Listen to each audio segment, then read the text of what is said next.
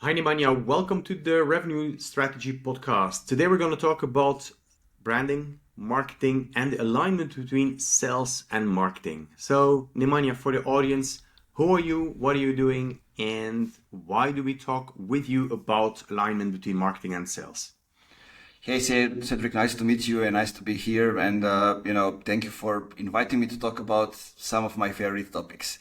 Right. I'm the founder of the Funky Marketing, which is basically a B2B consultancy that works with high ICV and long sales cycles companies, mostly B2B tech, and help them mostly create demand through learning and basically teaching them how today's buyers buy, which is quite different from what it was just a few years ago. We'll talk about that. My background is a little bit different. It's not in B2B. My background is in activism and B2C, been in that space for like 10 years. And I think that's one of the reasons why I'm seeing the big picture and seeing some things that B2B companies don't see, right? I went into the B2B when the shift happened from lead generation to demand generation. And when that shift from transactional to relationship based, um, buying mode Yeah, happened. yeah. Yeah, in short, Okay. that's it. Yeah. I have a lot of very fascinating things there, right? So you spoke about the shift between lead gen and demand gen, and I think it's a very nice start to talk about this because then the alignment between sales and marketing will also be very important around this. So how do you see this shift happening, and maybe what are the misconceptions that people still have? Yeah, look, back in the days, the C-level needed something to measure marketing on. Hmm. And that's when they came up with MQLs, which is, marketing qualified leads, basically somebody who watches the webinar or downloads the ebook. But as you set up the measurement for something, you want to get more and more out of these things, right? So, C-level wanted more and more MQLs from the marketing team. They provided more and more MQLs. When you provide more MQLs, it's obvious that majority of them won't be good Yep. and won't be people who are actually interested to buy. Those are people interested to be educated, to find out more information, and not necessarily into the buying mode.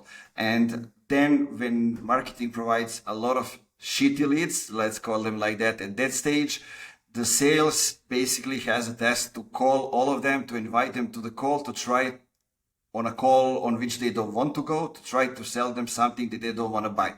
And when you have like 500 MQLs, you need a lot of people in sales to basically serve those leads.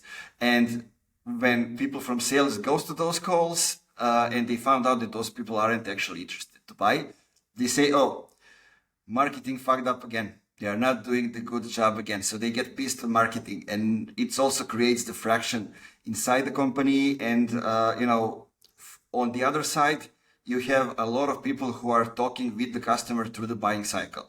Right. First, you have marketing, then you have SDRs who schedule the calls, then you have account people who are actually here to close the deal, and then you have also the customer success at one point. And when you zoom out and look at the big picture, differentiate today in a B2B tech world when most of the companies have the same technology and more or less the same products, is um, how easy it is for the customer to buy.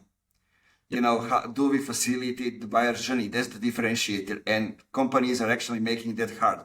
And on the other hand, one more important aspect of it is the costs, right? Usually the companies look at the cost, like cost per lead, right? But they don't look at how much they are paying somebody to do the marketing, to create the materials, to run the campaign, how much is the budget for the campaign, how many salespeople are out there to serve those leads. And, we also have the customer success in the team. So usually companies say, "Oh, it's like, I don't know, from $250 to $500 per lead." But in most cases, when you look at all the costs, is from $5,000 to $10,000 actually per lead. So it's a lot bigger costs. And the thing is, what we still inherited, and we're still not changing. Companies don't trust the data which is not their own. So most of the times, I need to come into the company, work with them for 3 months, set up the different measurements for the way we create demand, for the way we close the demand, and watch the costs, and then actually show them on their own examples. You are wasting money here. Let's do the things differently. And it also aligns to the goals that we have and things that we measure. Because like, do we measure actually the number of leads, or do we measure the companies that convert to more than 20% and actually stays with us for at least a few months after that conversion, right? It changes the way we look at the whole buying process. It changes the way that we sell, and it changes the way we do marketing. Yeah, yeah, and I even think higher up, right? Because traditionally people say, okay, we need more leads, exactly.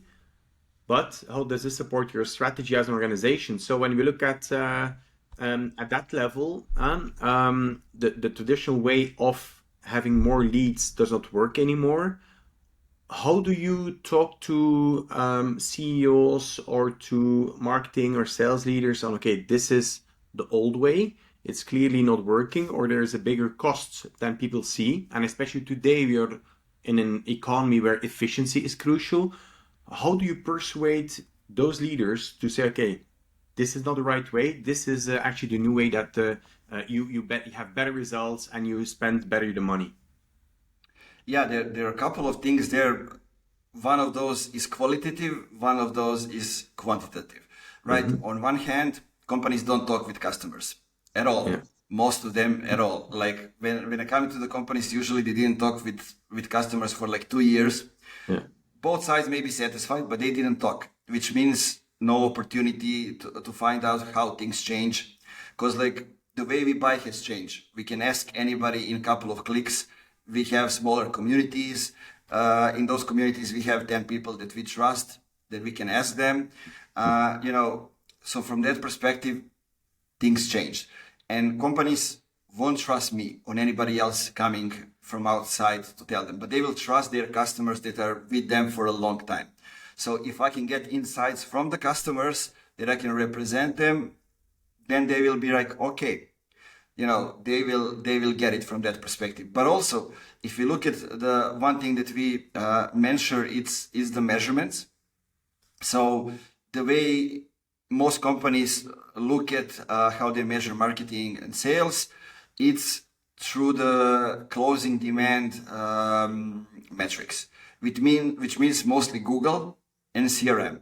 But when you look at Google emphasize that everything is coming from Google, right? Yeah. From Google Organic, Google Search, or they give us maybe the name of the platform. It can be Slack, it can be LinkedIn, it can be something else, but we don't know what happened over there.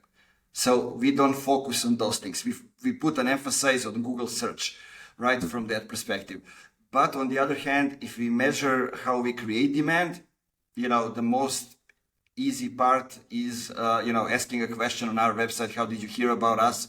Or maybe I add the second one, why do you like to work with us? Basically, it will tell us if our marketing is actually doing something or no. Because people will tell us, I heard about you from that and that person. I hear from that and that company. I was on that conference that talked about you. I heard on LinkedIn, like your CEO had a post, or,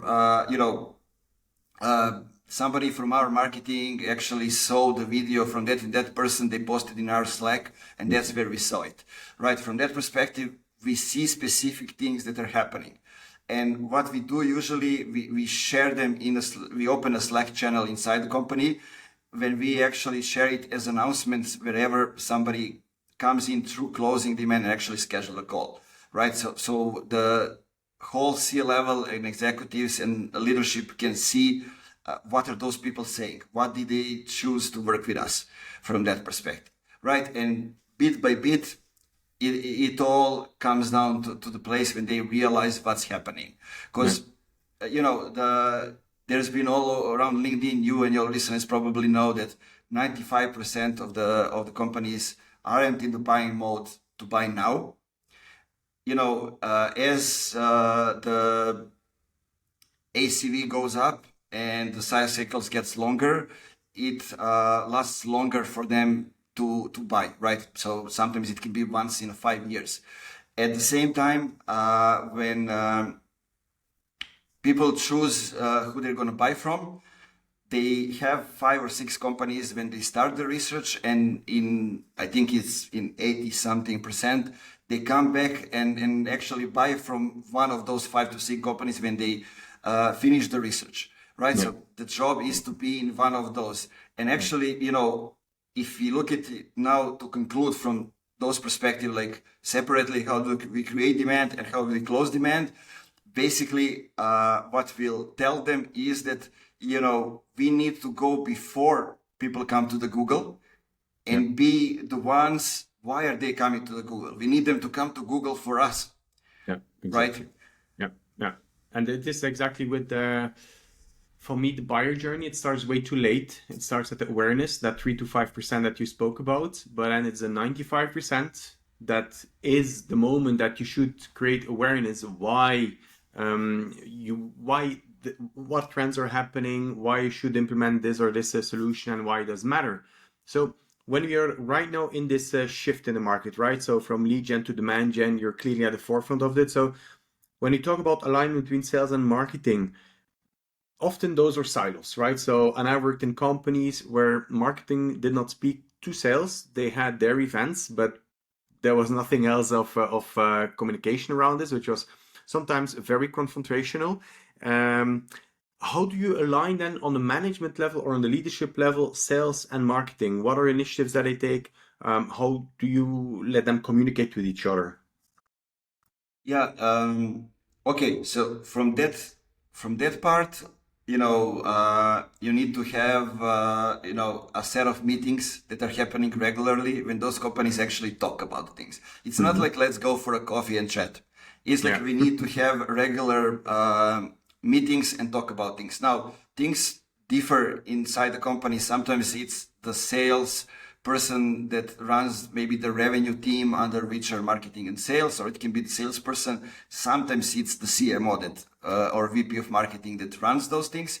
But based on that, it doesn't matter what the goal is, right? It needs to be a single goal for all of them, right? Because marketing doesn't have its own goal. The company's goals are the marketing goals. And marketing is here to help the facilitate the sale from that perspective, right? That's not always clear. Yeah, that is not always clear in company. If we get back to the beginning, what we talked about, if marketing does its job well, it means that the company knows who they are, how do they position, how do they do the messaging, how do they communicate. They know who are their target audience and their jobs to be done, and how do they communicate the value of what they sell for what those people are doing inside the company to do their job. And also, when they do that, it means that marketing serves them exactly what they need in each step of the buyer's journey, so they come to the next step and to the next one until they're ready to buy. So when they're ready to buy, they come to us, specifically to us. They want to buy specifically from us, which means that sales don't need to go to 500 calls with the people that don't want to buy from them to actually, try to sell them something that they don't want to buy. But you can have like maybe 2 or 3 people in sales who are the most experienced ones. They can, close those deals, close them on a higher note, because those are people coming exactly to buy from them. And then they can use their spare time to actually do the outbound or the outreach, whatever they are doing, and actually, get the customers from a different perspective and from a different angle. When I hear this is for me still way before you decide to do account-based marketing or account-based sales. So this is still a bit wider than this. Am I right, or how do you look at this? All depends now. How do we do the account-based marketing, right? There's one thing, and how do I like to do it, which is to usually when we say how to get directly to the customers, right? The first thing that comes to our mind is advertising. Yeah. Right. Let's go to Google. Let's try to close those deals. But on Google, people go and people search to find the cheapest option. So those are not the best deals that we can get. What I like to do is, and most of the companies don't like to be recorded on a video and to talk, especially in tech companies. There are a lot of people who are introverts, especially in the leadership. But if we get from that perspective, now the podcast is a big thing, and I like to use it to our advantage, which means I can come up with whoever is our ICP. For example, like it can be CTO of the company, it can be the CMO, and I can invite those people to an hour of conversation, right? And I can ask them everything that I need to know. How do they buy? How is decision making being done inside the company? Who gets involved into the decision making? Where do they go to get educated? Where do they go when they need to buy? And basically, like everybody likes to talk about themselves for an hour or half an hour. And I can ask all those people, and get all those insights. At the same time, I'm creating content with my ideal customer, and I'm involving them inside the distribution as well, which means that out of one conversation, one recording, one episode, it can be an interview. It doesn't have to be the podcast, series of interviews. I get the content through which I'm communicating not only with that company, but with other companies who are in different stages of the buyer's journey. Yeah. Right, with shorts from that episode, and basically those are the people, the long contracts that we want to close long term. Right, you cannot have conversation with somebody and then in 2 weeks you say, hey man, what do you want to buy from me?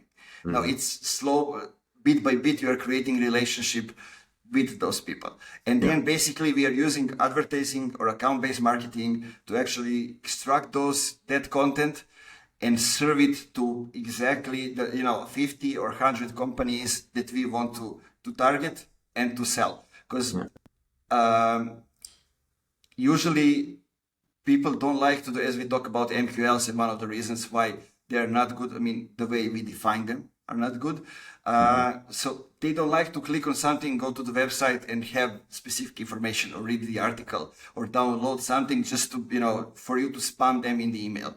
Basically, they want to consume the content in the feed. For example, I'm coming to LinkedIn and I'm coming to get educated, communicate with people. I don't come over there to buy, right? People don't come on LinkedIn to be sold. So they come to LinkedIn and then they see in the feed. We get educated, we get them, engaged, ready to buy. We create the awareness by serving them, videos in which we talk about different things. We come up with testimonials, case studies, news articles, which means, they can see, okay, these guys are actually creating new features. They are publishing the media. They are doing all kind of different stuff, because creative becomes the most important thing in the whole process. And why? Because, if you see somebody in the feed with the same message, with the same visual every day for like 2 months, you will just remove them, right? But if they change what they serve you, then it's a little bit different. And if that resonates with you, you will consume the content. And then if you start commenting, you engage with it, then you actually come to the website to see, what those guys are actually doing. Is that the right fit? Only then is the moment that the company should serve you lead gen advertising, which means, schedule a meeting, get a demo or whatever it is, to try to convert you, because, they allow you to see everything that they're having over there through the strategic narrative, consuming those things like the bigger change. Then we have old way, the new way that we talk about. Then we have, how does it look like the promised land? In that case, we have your features, the product, whatever is specific and why that's for you. And then we have the last thing, which is cases, testimonials, and basically materials which will help you, you as the account champion, to try to sell that inside the company.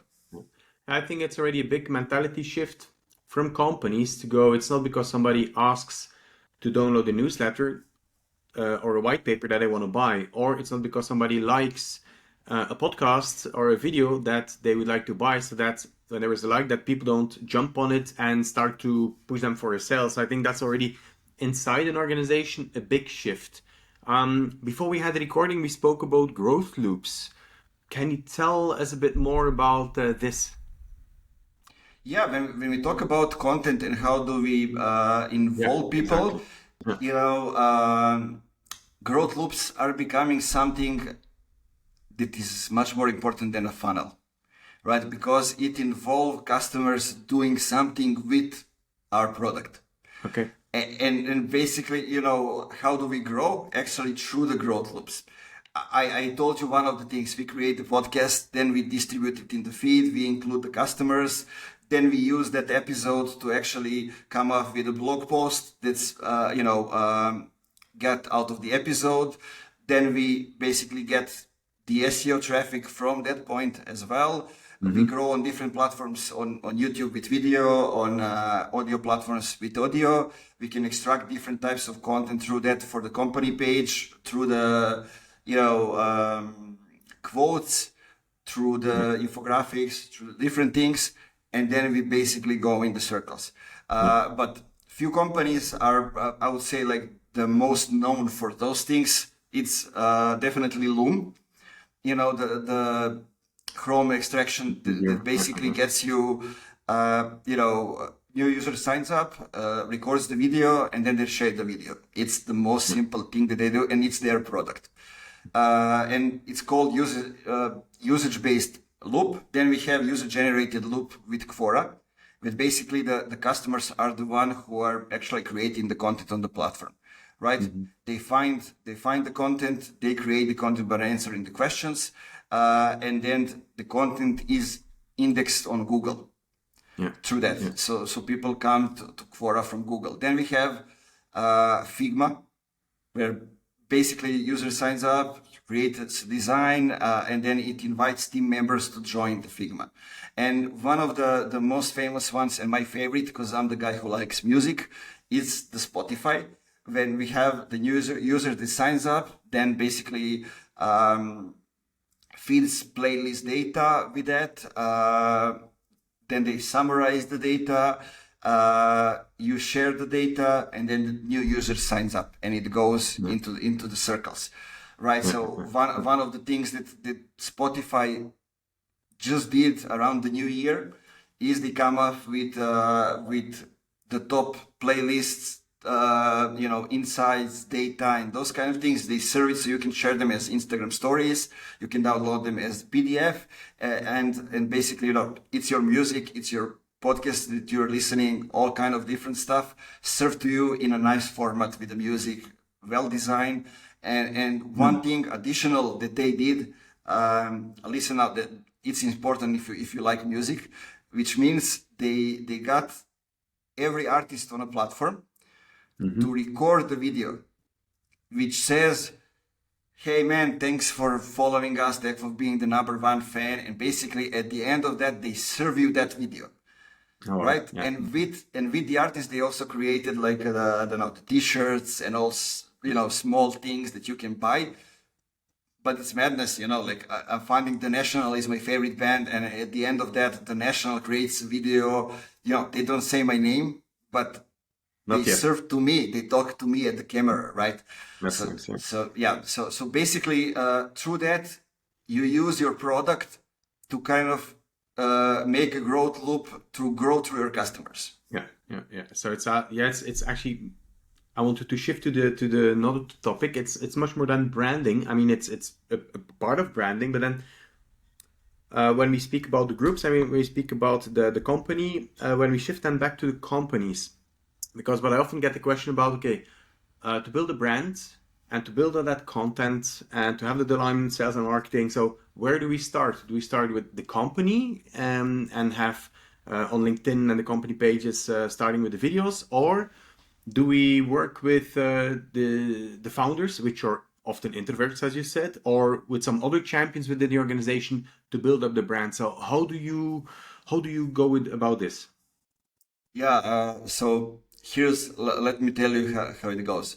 So first, when you have the company, you have the founder, right? It's the founder's story at the beginning. Then as he hires people, they add to the story. And then it becomes, at the time when you end the customers, it becomes a totally different story. Like the stories that we now have from Netflix, from Google, they are totally different, and they are the stories that are told by us, the customers. It's not the stories how Google started. Like Google started as the company that was created to help startups run advertising because it was highly expensive at the time. Nobody knows that story if they didn't Google it or heard it somewhere, right? Google is now something totally different. But so from that perspective, on LinkedIn, if you focus on LinkedIn as the main B2B platform, the platform is focused on individual accounts. But, we start from the company perspective. So we need to know who we are as a company, how do we position inside our industry, and who we are. How do we communicate those things? When we have those things aligned, then we can actually go and activate the people from the company. Which means, usually it's the CEO that talks about the vision, talks about investing, talks about leadership. Then we have the CEO that usually talks about running a business operationally. Then we have, for example, somebody who is the copywriter, talk about psychology and talks about, writing. And it goes on and on. Usually in most companies, the most active people are marketing and sales, as like on LinkedIn, 80% of the content comes out from those two groups because it's their job to sell, right? From that perspective, but also I find out that it is extremely important that the leadership get activated because, they choose one platform. You need to have one platform to communicate with your audience, to get the feedback on how your team is doing, how your product is doing. And, you may not need to be, active every day, but you can be active in the comment, consume content and those kind of things. So what I hear you saying is that you don't have one video or one piece of content that you just send out all of the different channels so that the CEO and the CEO or the psychologist, the sales, they all send the same video, but each on their level, on their scope, they will craft their own messaging and within the initial content that has been written. Am I right? Exactly. What you say would be spamming the feed, right? And it was nice. It worked like in 2017, 16. You can share your blog post with one click in 70 LinkedIn groups. It's not strange that they eliminated that, right? From that perspective. Exactly. So what I'm a fan of, and when I work with companies on how can they actually use LinkedIn into their advantage, I like to create the hub inside the company, which is one channel, for example, on Slack, when we have the leaders from the company, because if they are active, then the people will follow. But those leaders need to be active in helping others communicate. Right? Maybe they can serve them, this is how you can communicate this. For example, we have like the PR piece of content, like, this is how we do it. These are the few ways in which you can share it, but you can always do it in your own way because a lot of people can do it, have their own way if they are communicating. For example, designer would be totally different in how they communicate from somebody who is the CTO. Right. So from that perspective, I do it like that. And then let me just connect it all. When they grow, the company brand will go. But I like to use the company page. For example, let me use the example that I talk about with podcast or like interviews. I like to share the shorts with the guest on the company page and actually use the company page to grow the brand of our target customer. So the guest on a podcast. And then involve him this way. And basically, while we are doing that from the marketing and sales account, I like to also connect with people from that company. So maybe the CTO didn't get that they need the product, but other people from the company will maybe see the content and maybe they will realize, this is actually what we need. So from different perspectives, so we are creating a relationship with other people from the company, not only the decision makers, but also the people who will use our product, right, on the other side.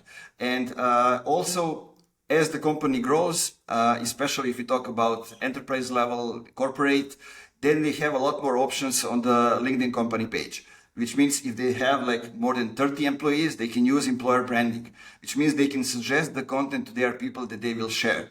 They can follow how their people are engaging, how they are contributing, right? So from that perspective, they can use things in a different way. And also there's one thing that, one option now, which is like buzzing all around LinkedIn. It's the new option. And it's called thought leadership ads inside the conversational ads, conversion ads actually on LinkedIn. Basically, it gives you a chance to, from the company account, to promote the individual account of anybody from the company, which is not older than 3 months. So basically, they won't see like the corporate accounts, corporate visuals. They will see the post from the CEO, for example, right? When he shares, the successful stories, when he shares the data, those kind of things. And then it's much easier for people to engage. You're also boosting the brand of the leader of the company at the same time. And there are a lot of nuances there that we can, go deeper and talk about, but I think people get what is the main thing. The main thing is you need to create relationship with using your people from your company with the people that you are selling inside your target companies. Okay, sounds good. And so it's actually quite extensive in a sense. I see an entire table and a planning building up. So this is the whole template that you were speaking about. Maybe to wrap it up, how do you start? How do you make clients and maybe again sales and marketeers and then the founders saying, okay, go, that's the way we move forward. This is how to start. Yeah, look, most companies already have content on their website. So most companies already have blogs, which are mostly created for SEO, right? In that perspective. So how I like to start, I like to use that content and adjust it for the social, right? And then I can use it with the accounts that are involved in the strategy, which means maybe the leadership, maybe the marketing, sales, and distribute that content through the feed. Sometimes it's through video, sometimes it's through visuals, infographics, whatever it is. And with that, we activate those people. Then I usually like to run a survey to the leadership and ask them, I call it popular psychology questions. When I ask them to rethink why they are here, what do they want to achieve, and those kind of things. And then we have from the company perspective what they are doing at the moment. So basically, that's how I activate the leadership, because it's usually harder for them to become active and to find time for that. So I said, okay, have an hour a month when we can go deep. I can ask you questions, basically do the transcript and get their own words, and we create the post out of it. They are engaged in the comments and communicating with people forward. But those things, basically, we can automate for them, and it can become much easier. Or somebody from marketing team does that. So that's from one perspective. It's much harder for them to jump into the podcast. Usually it takes time for that to happen. So I like to do that. Also, if we have a couple of articles which are written specifically for the bottom of the funnel, like maybe testimonials, case studies, or our processes, maybe how we actually do specific things for specific industries. I like to use the advertising to basically shorten the sales cycles, because we are creating organically relationship with those people, engaging with them. At the same time, we are serving them these bottom of the funnel things inside their feed, and they are consuming them, and basically we are shortening the sales cycle, because organic to work, it takes like at least 6 months. But as we involve advertising, we can cut it down in half. And from that perspective, it's much more meaningful. At the same time, what we are doing while we are doing that, I like to not waste time and ship things fast. Then I go and I check out, okay, let's see if the awareness and that part is working. Also, before that, I always like to involve, like, if I can, like Google Ads, if they have the budget and those kind of things, to kind of see how much demand is out there, how much demand can we close, right? From that perspective. And what I like to do is run them through the strategic narrative and then see if their story is aligned with everything that we do. basically we get also the feedback from the social, from the content that we are already posting. And then we just optimize things. We optimize until we get what we want to get, the clients that we want to get at the speed that we want to get them, and they stay with us for the time that we want them to stay. Okay. All right. Very interesting. All right. Cool. Thank you very much. We are over the 30 minutes. Thank you very much. A lot of content, a lot of information into this, and I'm pretty sure it was very useful for everybody. So thank you so much, Nemanja. Will share your contact details in the post, in the feed, and I wish you all the best. Thank you. It was a pleasure, and thank you for guiding me. I think we got really deep, and we said a lot of things in like a little more than 30 minutes. Exactly. All right. Have a nice day. See you, man. You too. Bye bye. Bye.